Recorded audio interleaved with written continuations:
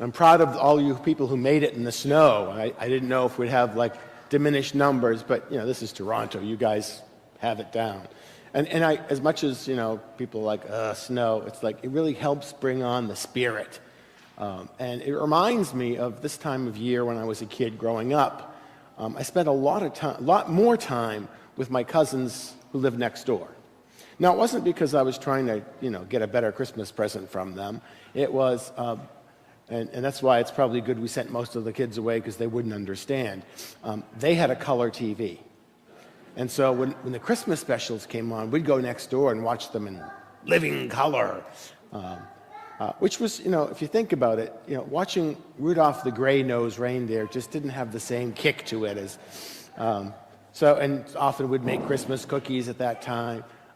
But seeing the difference between black and white and color, it's just, you take it for granted. In fact, I've often heard little kids say, "Mommy, was it black and white in your day?" Like the whole world was black and white.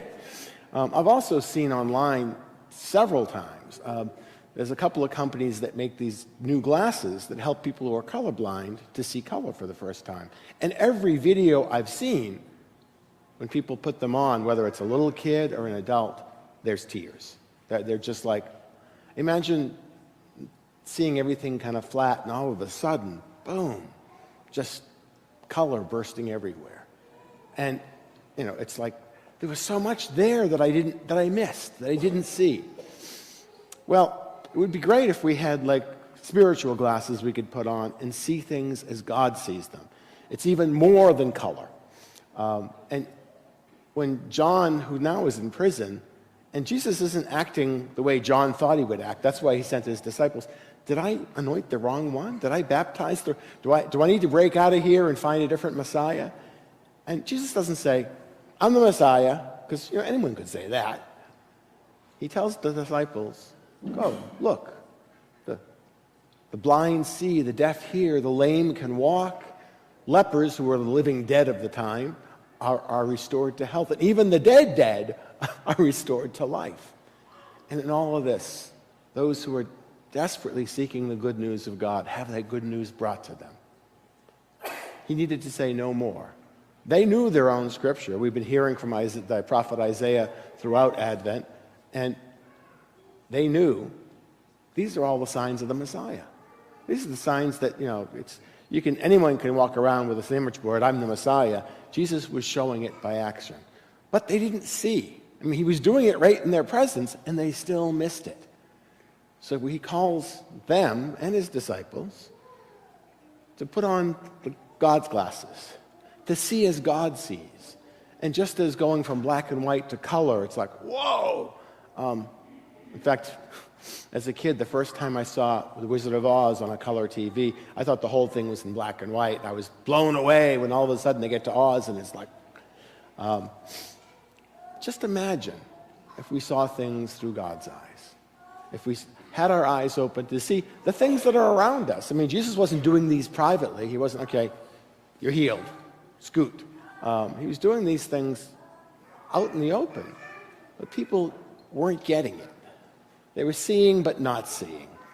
And he challenges them to see with the eyes of faith. Granted, our view in the kingdom will be far greater than it is here. But I really think the difference between black and white and color is the difference between seeing with our eyes and seeing with divine eyes. Seeing what the work of God. Because I think lots of times in our lives we can get, God's not doing anything. When in fact God is doing a lot, we just don't open our eyes to it. We don't recognize it. We don't thank God for it. I try to thank God many times during the day. Even in tough times. If I'm stuck in traffic, it's like, thank you, I'm not being driven into by a car, or, even in the negative things, to be grateful to a God who I know is with me, who I know watches over me, that I might see more with God's eyes. Now, as we began Mass, you were clued in on that we have a couple of baptisms, and that's what we're hoping to do. I'm not going to dump water in their eyes, fear not.